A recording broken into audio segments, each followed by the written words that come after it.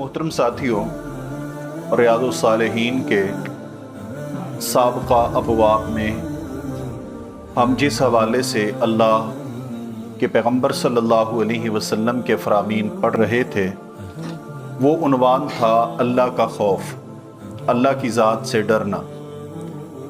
और ये एक मोमिन के लिए अपने दिल में इस बात को बिठाना इंतहाई ज़रूरी है कि वो अल्लाह ताला की पहचान करने के बाद उसकी ज़ात का डर अपने दिल में बिठाए। उसके बाद ईमान दो चीज़ों का नाम है। पहली चीज़ अल्लाह ताला का खौफ, उसके अज़ाब का डर, उसकी जहन्नम का डर, उसकी पकड़ का डर। और दूसरा अल्लाह रब्बे ज़ुल जलाल की रहमत की उम्मीद। ये दोनों चीज़ें शामिल हैं तो फिर ईमान है। अगर किसी शख्स को सिर्फ डर ही डर है और उसके दिल में अल्लाह की रहमत की उम्मीद नहीं है तो ये भी ईमान नहीं। और अगर किसी के पास उम्मीदें ही उम्मीदें हैं, उसको अल्लाह तबारक व तआला की पकड़ का खौफ नहीं है, तो ये भी ईमान के मुनाफी है। दोनों चीज़ें साथ रखना ज़रूरी हैं। अल्लाह ताला के अज़ाब का खौफ भी हो और उसकी रहमत की उम्मीद भी हो। इसलिए जब इमाम नववी रहमतुल्लाह अलैह ने पहले अल्लाह के खौफ की बात की, तो उसके मुत्तसिल बाद जो अगला बाब लेके आए हैं वो बाबुर रजा है, यानी अल्लाह से उम्मीद, उसकी बख्शिश की उम्मीद, उसकी रहमत की उम्मीद, उसकी जन्नत की उम्मीद, उसके फजल की उम्मीद, उसके करम की उम्मीद। और ये याद रखें कि क़यामत वाले दिन हमारा छुटकारा जो होगा वो अल्लाह के फजल और रहमत की बिना पे होगा। इस बिना पे नहीं होगा कि हमारे पास अमल कितने हैं। आमाल छुटकारे की बुनियाद नहीं होंगे, उम्मीद पे छुटकारा होगा।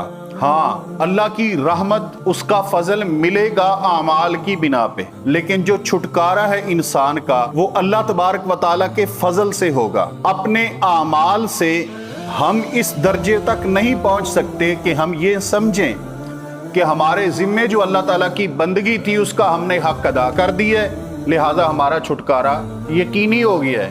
ऐसा नहीं है। रसूलुल्लाह सल्लल्लाहु अलैहि वसल्लम फरमाते हैं कि क़यामत वाले दिन हर इंसान ने अल्लाह की रहमत के साथ निजात पानी है और जन्नत का हुसूल मुमकिन होगा। सैयद आयशा रज़ियल्लाहु ताला अन्हा फरमाती हैं, अल्लाह के पैगंबर आप भी, फरमाया मैं भी, मुझे भी जितने मकामात और फ़ज़ाइल मिलने हैं वो किसकी बुनियाद पे मिलने हैं? अल्लाह के फजल की बुनियाद पे, अल्लाह की रहमत की बुनियाद पे। और मोहतरम साथियों, अगर गौर करें तो जो नबूवत है वो वाहबी होती है, कसबी नहीं होती। कसबी का मतलब कोई इंसान अपनी मेहनत के साथ कोई दर्जा पा ले। नबूवत किसी को मेहनत की बुनियाद पे नहीं मिलती, ये वाहबी है, ये अल्लाह ताला की अता होती है। जिसको मिल जाए, ये परवरदिगार की अता होती है। दौरे हाज़िर में कोई शख्स जितनी मर्जी मेहनतें कर ले कि मैंने नेकी, तकवा, परहेजगारी, उसमें मिसाल बन जाना है, तो क्या ख्याल है, हम कहेंगे कि ये नबूवत का हकदार हो सकता है? नहीं। मा काना मुहम्मदुन अबा अहदिम मिर रिजालिकुम वलाकिन रसूल अल्लाह व खातमन नबिय्यीन। इमाम कायनात सल्लल्लाहु अलैहि वसल्लम नबियों में आखिरी नबी हैं। तो ये अल्लाह ताला का फजल था, रहमत थी।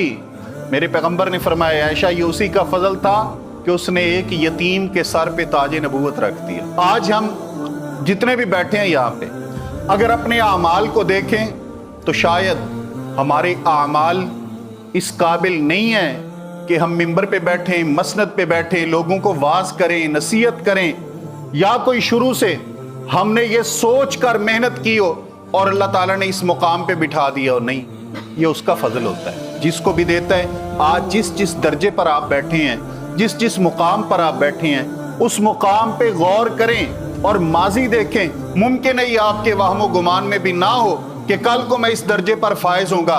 जिस दर्जे पर भी अल्लाह ताला ने बिठाया है आपको, खालिक कायनात ने आपको अफसर बनाया, मालिक कायनात ने आपको वजीर बना दिया, परवरदिगार आलम ने आपको इंजीनियर बना दिया, अल्लाह मालिक कायनात ने आपको डॉक्टर बना दिया, परवरदिगार आलम ने आपको और बहुत बड़ी पोस्ट पर पहुंचा दिया।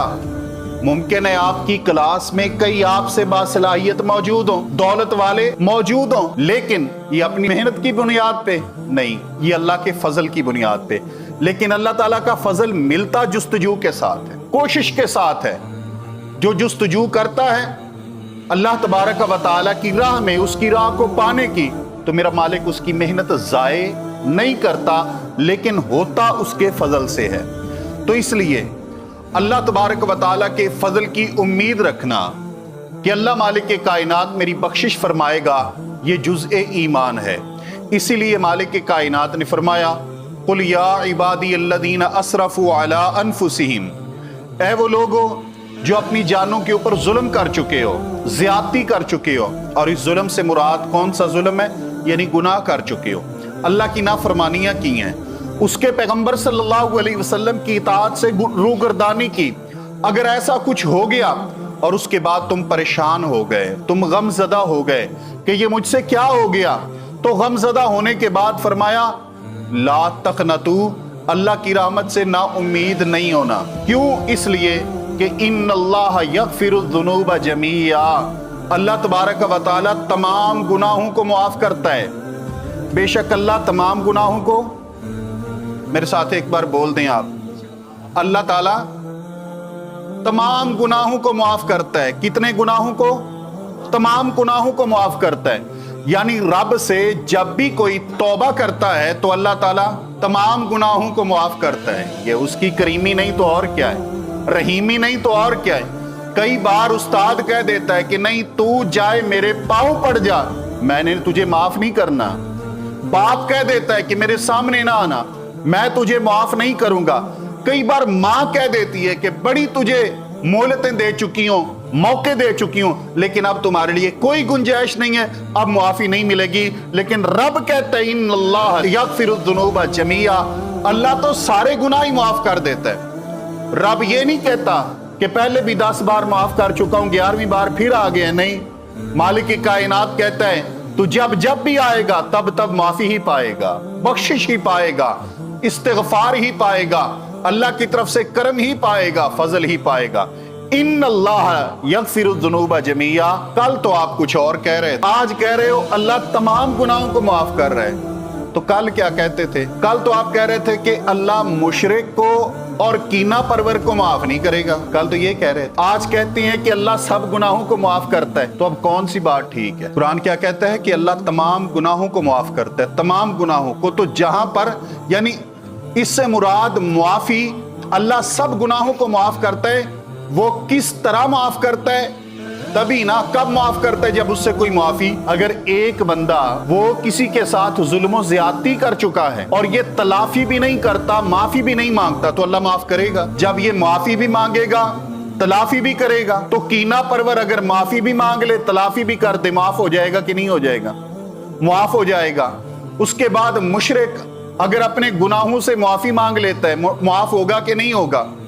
تو یہ جو اس پچھلی رات گزری ہے، اس رات جو پیغام دیا گیا ہے کہ اللہ تبارک و تعالیٰ سوائے ان 2 بندوں کے باقی سب کو معاف کر دیتا ہے، تو وہ معافی مانگنے کے بعد ہی کرتا ہے نا۔ جن کو اللہ معاف کرتا ہے، معافی مانگیں گے تو ہی کرتا ہے، تو ہی معاف کرتا ہے نا، بغیر معافی مانگے تو نہیں۔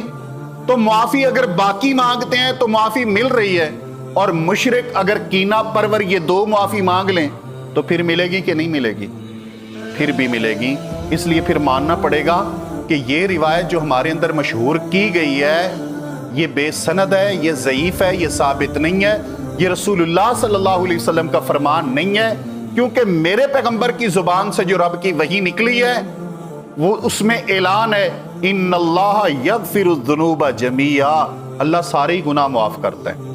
تو حضرات گرامی، اس آیت مبارکہ سے ہمیں یہ علم ہوا کہ اللہ مالک کائنات کے گھر سے معافی کی، توبہ کی، بخشش کا انسان کو امیدوار ہونا چاہیے، اور اس کو یہ امید رکھنی چاہیے کہ میرا پروردگار اگر میری خطاؤں پر پکڑ کرے گا تو میرا اللہ میری معافیوں پر، میری نیکیوں کی بنا پہ، میری اچھائیوں کی بنا پر میرا اللہ اپنی رحمت اور فضل بھی نازل کرے گا اور مجھے معاف بھی کرے گا۔